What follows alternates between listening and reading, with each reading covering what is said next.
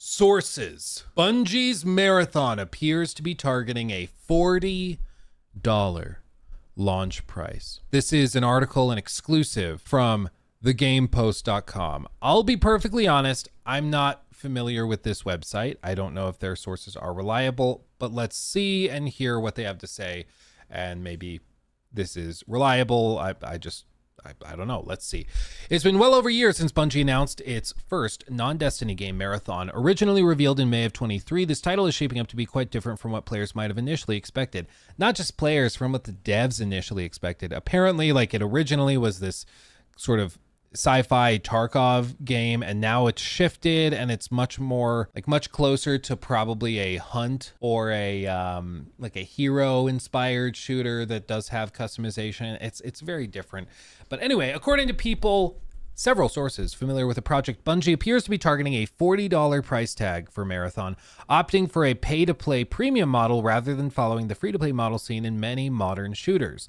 The Game Post understands that it's likely that discussions between Bungie and Sony have taken place around Marathon's pricing strategy after the disastrous launch of Sony's latest live service game, Concord, which also launched at $40 but was shut down just 2 weeks later. However, sources confirmed that a $40 price point was definitely in the cards. At the outset, I will say this, there's kind of two ways you can look at this. On the one hand, you can say, oh my God, they have not learned. They're going to do this again. They're pushing for live service, $40 price point again in an age where free-to-play games are the ones that are really popping off. I get that. I do think it's fair or important to note that the competition for this game is probably closest. I think you could break it down to Tarkov and Hunt Showdown. Tarkov is not free to play. Tarkov, you have to buy not the $250 edition, though that is an option,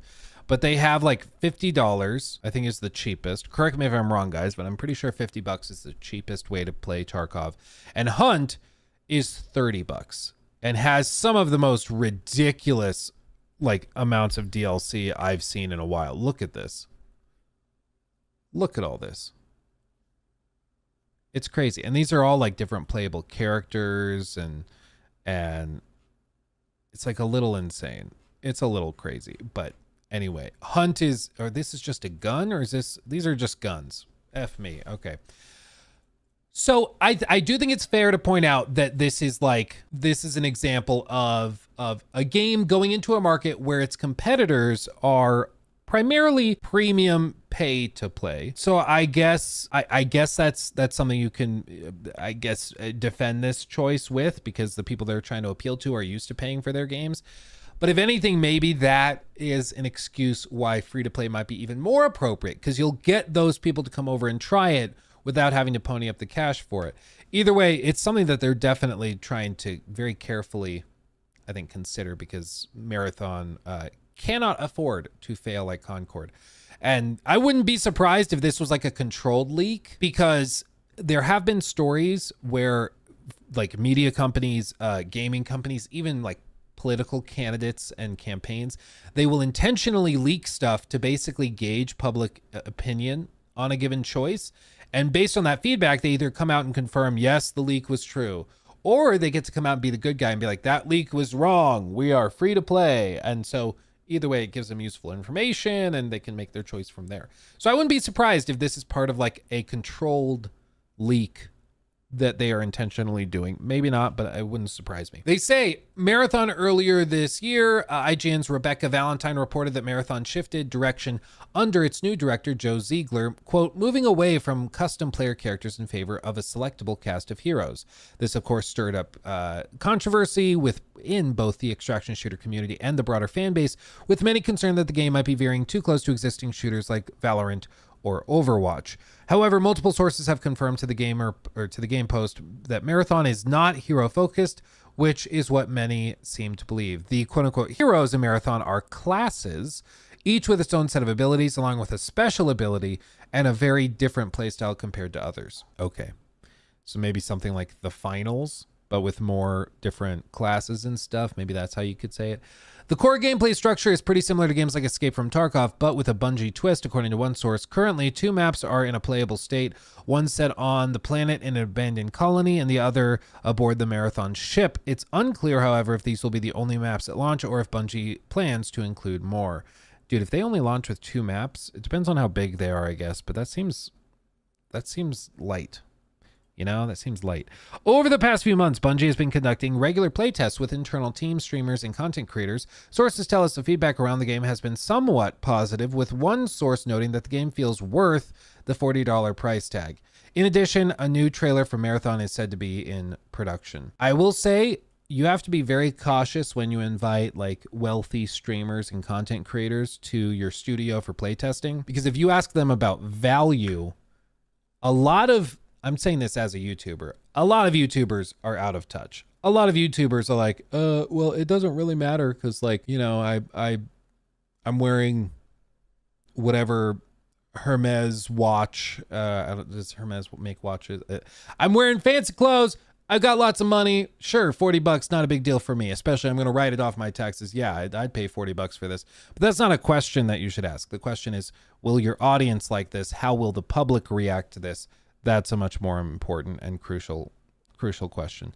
And hearing that responses are somewhat positive, I mean, you'd hope for overwhelmingly positive. That would be my hope, but yeah, that's at least a thing. Multiple sources have indicated that Bungie is putting extra effort into Marathon's new player experience. Destiny 2, Bungie's flagship title, was often criticized for being confusing or overwhelming to new players, and Marathon aims to avoid this. From the start, the developers are focused on making sure players have a smoother onboarding process, lowering the barrier to entry. I think that's a good idea. A lot of games that are really big nowadays just are too tough to get into, so I think that's good. Despite positive feedback from playtests, morale within Bungie remains low as developers have grown increasingly frustrated with leadership amid recent changes to the studio. Concerns remain high about the launch of Bungie's next project, Marathon, with the game's success pivotal for Bungie and Destiny's future. There's a lot riding on how Marathon performs.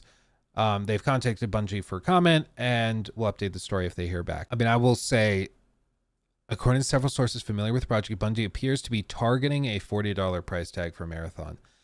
I think that this could be another like Helldivers Sony situation where Sony is ultimately, they get the final say. If Sony wants this at 40, that's what it's going to be at. And honestly, I'm trying to gauge whether or not the people that they need to play this game will react positively or negatively to that.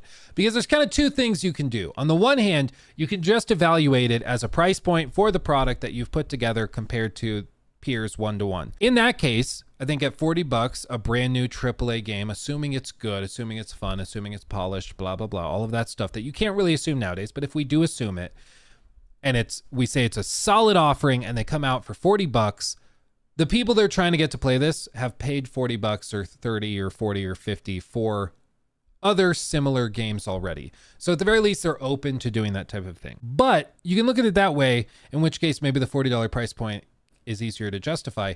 Or you can look at it from the other side, which is that, like, straight up, Sony has a very, like, they sort of have this aura around them now, which is that they are trying desperately to get as much money from players as possible. And it's sort of like a desperate stink that's just wafting off of them, you know?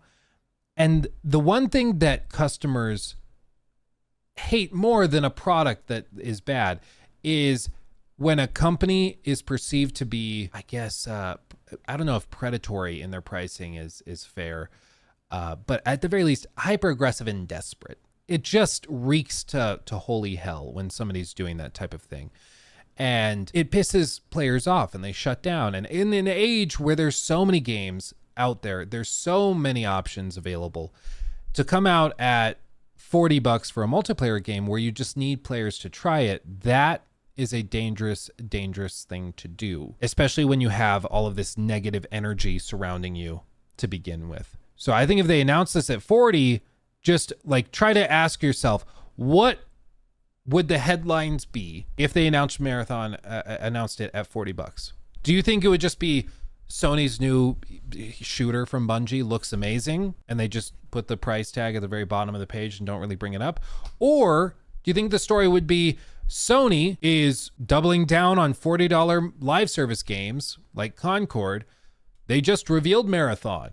I have a feeling that they would probably frame it the latter way. Profit isn't a dirty word. Greed is. Well, Shrav, I totally agree that it is okay. And I think one of my biggest frustrations is when people overuse or misuse the term greed, because to me, it has a very like specific meaning. And when people throw it around casually, I don't think it's fair. The whole point is like, if you have a game that you spent, I don't know how much they've spent on Marathon, but if we say that they've spent like $500 million on it, okay, there we go, 500 million. This is their cost. They could look at it and be like, okay, we have to reach this level at some point to break even. So how do we do that? They could release it free to play and basically just try over time, initial wave of sales, or not sales, but players, and then they're buying microtransactions and stuff. And over time, they eventually cross that level, break even right about here after, I don't know if this is 6 months or 3 months or maybe 1 week. It just depends. They could try to do it that way. Or they can try to release it at $40 and basically right from launch hope that they're like here.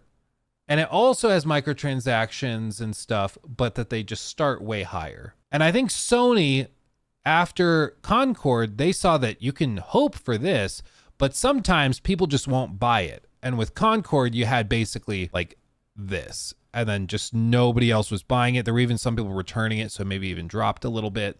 It was a total waste. And so it seems bold for them to assume that they could just try to make up the difference this time by, I guess, just maybe slowly introducing it to players, giving them more chance to try betas and stuff like that. Maybe that works, maybe it doesn't. But I just am not sure if there's a right answer here, other than this is going to get a lot of blowback if they start at $40 and try to get a huge wave of cash up front. But I think, again, like in some ways, Helldivers 2's success, I think has like poisoned the minds of the executives over at Sony, where they cannot shake that wave of success. And they're like, well, it worked for Helldivers, so it should work here. This is another big studio. This is a big game. We can price it at 40, just like Helldivers. People will play it and love it and be willing to pay it. And like, that's true for games that go viral and pop off. The point is, you don't get to decide whether your game goes viral or not. It's just something that happens, you know? It's just something that happens. You can't really control it. All you have to do, or all you can do, is just make the best game possible and hope that people like it and connect with it, which is why right now Steam has a game in the top most played games on all of Steam. Look at this. They have 125,000 players right now. And when you go to it, it's still in like closed play tests from what I understand. The game isn't even out and they have that many people playing it. But it's because it's just a really good game that people are connecting with, having really a very, very good time with. And that's all you can do. That's all you can really bother with. And, you know, they've nailed it. So I just personally, I think if they come out and it's priced at 40, there will be a wave of negative press surrounding it. Oh, they didn't learn from Concord. Even if you can technically defend it, even if you can technically say, look, it's because it costs this much to make and we think our competitors have priced at that similar level before, so people are willing to pay. We think that's fair, blah, blah, blah. They could go through all of that. But if the perception, again, perception is the reality you have to deal with. If the perception is that this is another money grab, that this is just a desperate attempt to milk you for more than you're worth, again, they did try to do it with Concord.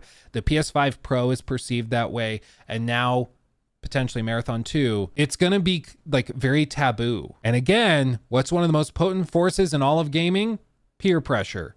And the pressure not to play something that's cringe.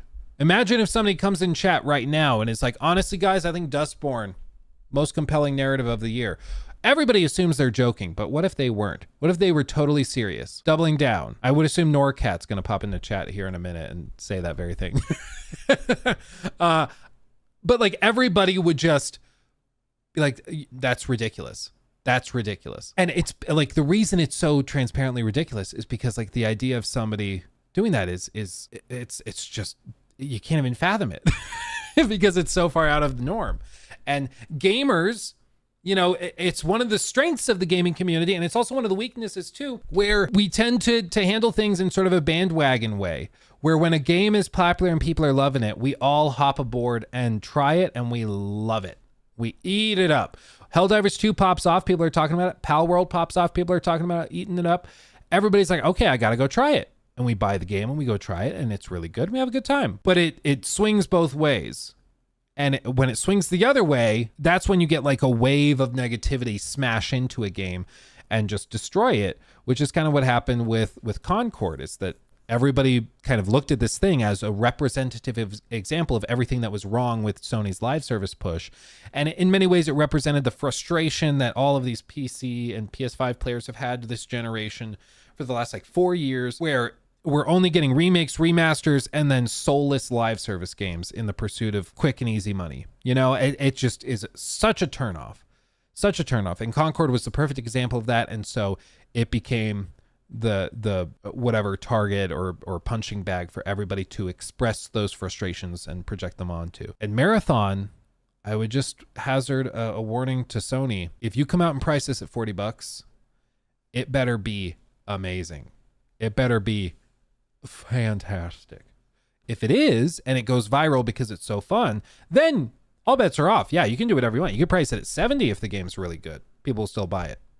Absolutely.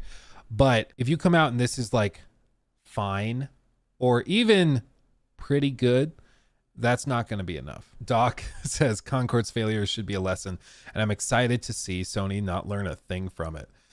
I mean, apparently all the reporting is that they are going out and they are talking about it, and it's one of the internal discussions, and the executives are very worried about it because Concord, again, like they thought that was going to pop off. They thought that this was going to be like huge. They straight up like went to a company making a cinematic anthology series, and they went and paid them to make an episode about Concord. That's how confident they were. And that's why, like, hearing them say, oh no, we're very internally confident about fair games. You're confident about fair games. Or sorry, I don't want to be disrespectful. Fair game $. Like you say internally, you're very confident about this game. Like, okay. If that's true, you have much bigger problems than just a failed live service game that didn't connect with people. If your internal way of gauging the potential of live service games says that these games are like really compelling to people, I got a warning for you, another thing coming for you. When I did that poll, do you guys remember that poll I did? Does Sony cancel fair game $sign after the failure of Concord? 20% said yes, 6% said no. 3/4 of respondents of the 46,000 votes, 3/4 of people said WTF is fair games. It's at 47,000 dislikes. It's at a 10-to-1 ratio. And the vast majority of people still don't know what it is. Haven't heard of it. Do you really think when they re-announce it, when they drop a new trailer, it's going to magically flip? I don't think so. And I think like with all this stuff, you know, I guess to wrap up this marathon discussion, it's important to note that some people look at this and they're like, oh, well, this is just negativity. Like you're not giving the game a chance, blah, blah, blah. Okay. The point is we are trying to evaluate whether the game could get away with a price point at that point or not. I think it's pretty defensible to be able to say a $40 price point comes off as insensitive. It comes off as though they're disconnected. They didn't listen to feedback from Concord. What was the primary piece of feedback from Concord? Primary piece of feedback was it's a $40 game in an ocean of free-to-play hero shooters. What are you doing? Like, that's ridiculous. I know some people will be like, no, actually, the main point of contention was that the characters looked like they were stereotypes of stereotypes driven by college students high on Ritalin.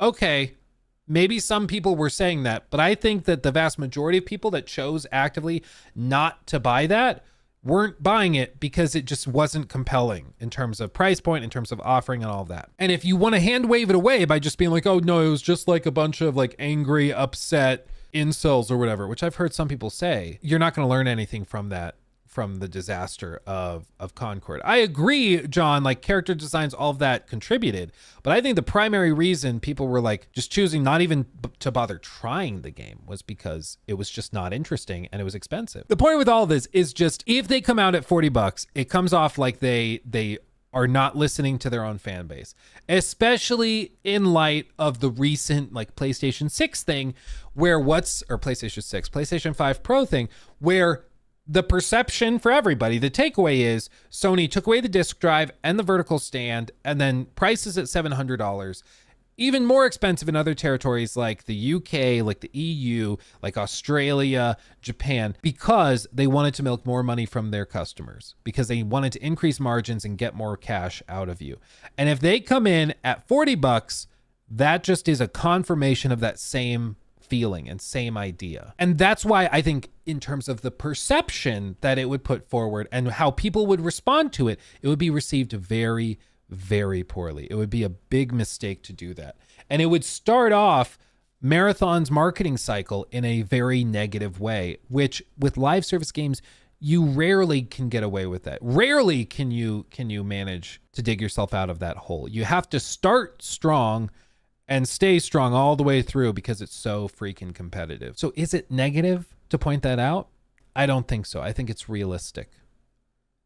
I don't think it's a coincidence that we're able to look at these live service games and predict with decently high accuracy the ones that will be successful and the ones that will flop. It's not like we have a crystal ball. It's not magic, but I think it's just because you can look at these things, and if you think critically for 10 seconds, and if you know the gaming industry, if you know how fans and gamers think about this stuff, it's not a mystery. But a lot of these people get in their own bubble, and these devs get in their bubble, and the marketing guys get in their own bubble, and they're just so disconnected from the average gamer that they don't understand what they're actually looking for, or worse, they don't care. That's the thing with Dustborn. I don't think they cared what gamers actually wanted out of a video game. They wanted to just preach to you and lecture you. And they expected people to just go along with it and buy the game to be preached at, even though it's like, nobody expected that.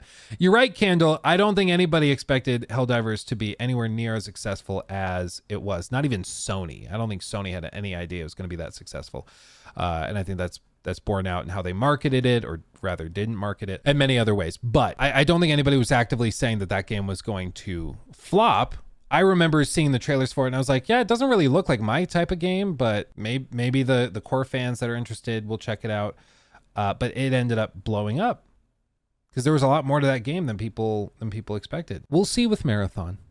I wish them the best of luck because frankly, if Marathon doesn't pop off, I think Bungie's in some serious trouble. And I think they know that, which is why studio morale is really low, as far as I can tell. Like they need this to be big. They need it to pop off. They really, really do. And I hope that they pull it off because I would love more great games. But I'm not going to sugarcoat it and pretend as though a $40 price point is a good idea, because I am telling you, it will be swarmed from the outset. And it will be framed as yet another PlayStation attempt to milk you for cash when they're going to release it for $40 and have a bunch of paid microtransactions and expansions and cosmetics and stuff in the game day one. It's a bad idea. It's a bad idea. Will that stop them from doing it? Almost certainly not. But in my opinion, pricing Marathon at $40 could be a pretty big marketing blunder. Because at this point, Sony needs to convince people that they care about feedback, that they listen to their fans. And even if that means they eat a little bit of the upfront cost in building Marathon up, I think that's a much better route to go than trying to get a big chunk of cash right up front.